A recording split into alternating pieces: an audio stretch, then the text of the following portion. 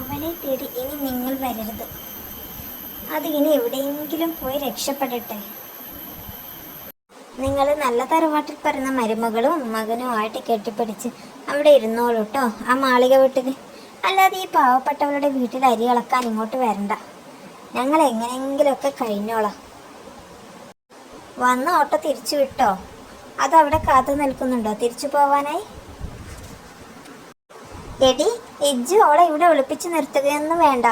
ഓക്ക് എൻ്റെ പുരയില്ലാതെ വേറെ എവിടേക്കും പോകാനിടയില്ലെന്ന് എനിക്ക് നന്നായിട്ട് അറിയാം.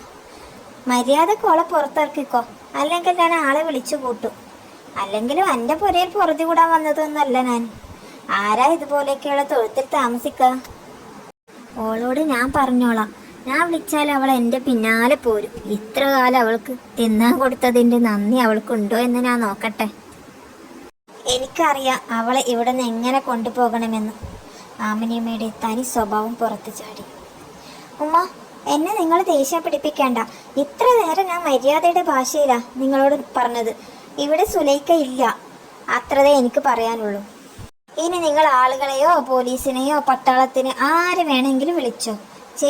ചെയ്യാത്ത കുറ്റത്തിനും ഒന്നും ഈ സുഹറക്ക് ഒരു പേടിയുമില്ല. ഞാനേ നല്ല അസല് തന്തക്ക് പിറന്നതാ.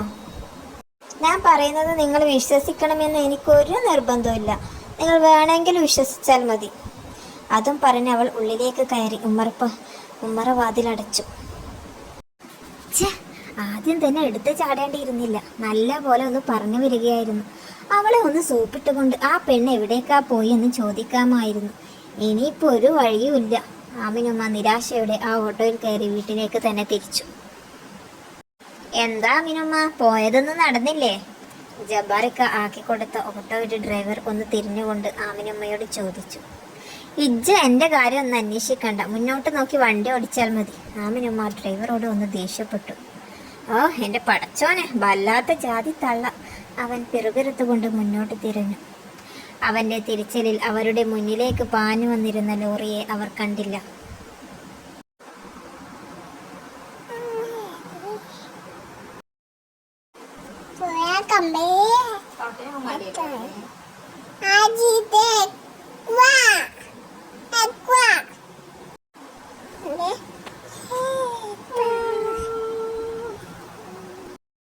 ഡി സെമീറ മോളെ, നീ എവിടെ?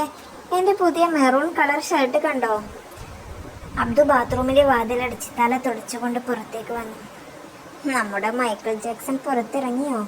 ബാത്റൂമിലെ സിംഗറും മൈക്കിൾ ജാക്സണും എൻ്റെ ഇക്കാക്ക ഇപ്പോൾ നിങ്ങൾ അടിപൊളിയാ. ഇന്ന് ഏതായിരുന്നു ഐറ്റം? ഞാൻ കേട്ടു ലാവതിക്കുന്ന നേരമായി. നിങ്ങൾ അതിൻ്റെ ഉള്ളിൽ കയറിയിട്ട് സുലൈഖാനെ മനസ്സിലിട്ട് ഡാൻസ് കളിക്കായിരുന്നോ? കൊച്ചു കള്ള പോയി. അബ്ദു എന്ന പേര് മാറ്റിയിട്ട് ഇനി ഞാൻ മജ്നു എന്ന് വിളിക്കേണ്ടി വരുമോ? എൻ്റെ പൊന്ന് സമീറ, നീ എന്നെ ഒന്ന് ട്രോളാതിരിക്കോ? എനിക്ക് പഠിക്കാനൊന്നുമില്ലേ? നീ ആ ഷർട്ട് ഒന്ന് തപ്പി കാണിച്ചതാ, ഇന്ന് എനിക്ക് ഇടാനുള്ളതാ. ഇന്ന് എവിടേക്കാ മൊഞ്ചുള്ള ഷർട്ടൊക്കെ ഇട്ടിട്ട്? അതൊക്കെ ഉണ്ട് മോളെ, അവനൊന്ന് പുഞ്ചിരിച്ചുകൊണ്ട് പറഞ്ഞു. ആ ചിരി കണ്ടാ മനസ്സിലാവും മോനെ, കൂടെ സുലൈഖായും പോരുന്നുണ്ടല്ലേ. നിങ്ങൾക്ക് ഇത്രയൊക്കെ ഇഷ്ടമാണോ ഇത്താത്താനെ? പിന്നെ മിണ്ടാതെ മനസ്സിൽ വെച്ചിരിക്കേണ്ട, അവസാനം വല്ല കാക്കയും കൊത്തിക്കൊണ്ടു പോകും. അത്രയ്ക്ക് സുന്ദരിയല്ലേ താത്ത? പിന്നെ അപ്പൊ ഞാൻ സുന്ദരൻ അല്ലടി? പിന്നെ ഇക്കാക്കാനുള്ള സുന്ദരൻ ഇവിടെ ആരുമില്ല. ഈ സൗന്ദര്യത്തിന് വല്ല ഈ ഭൂമിയിൽ ആരെങ്കിലും പിറന്നിട്ടുണ്ടോ? നീ പൊടി. ഞാൻ അവളെ സൗന്ദര്യത്തിലൊന്നുമല്ല വീണത്, അവളുടെ മനസ്സിന്റെ മുമ്പിലാ. എന്തു നല്ല മനസ്സാ കുട്ടിയുടെ.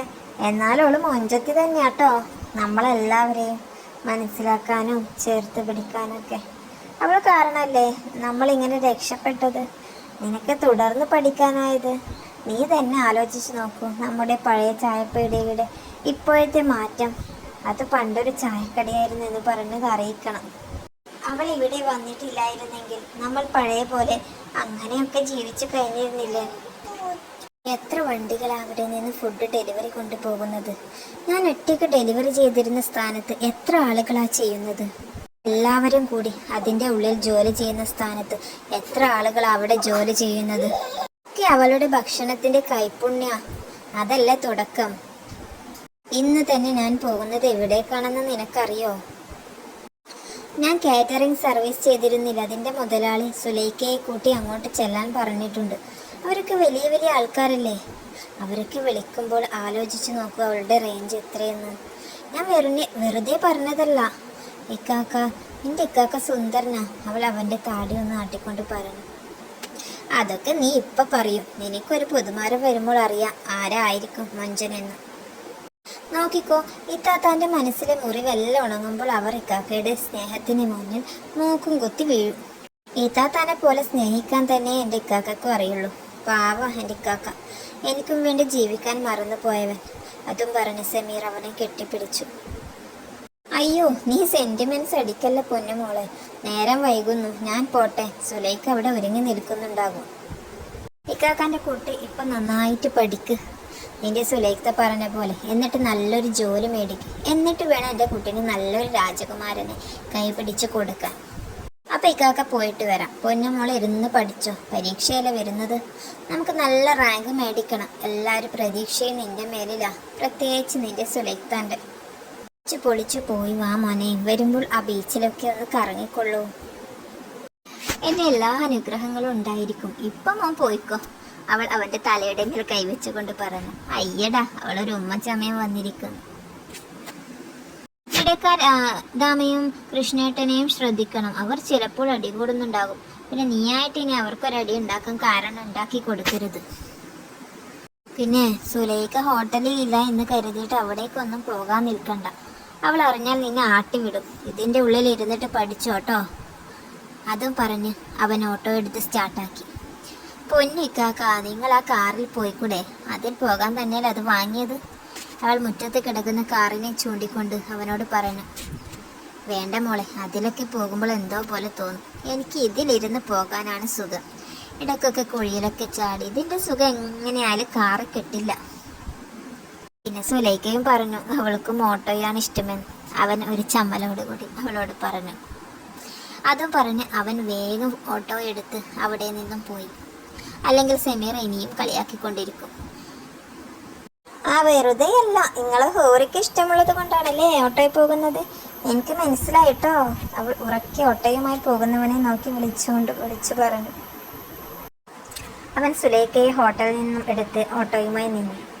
എന്തേ ഇറങ്ങാൻ താമസിച്ച്? അവൻ അവളോട് ഒന്ന് ചോദിച്ചു. അത് ഞാൻ പുതിയൊരു കുട്ടി കൂടി നമ്മുടെ ഷോപ്പിൽ ജോയിൻ ചെയ്തിരുന്നു.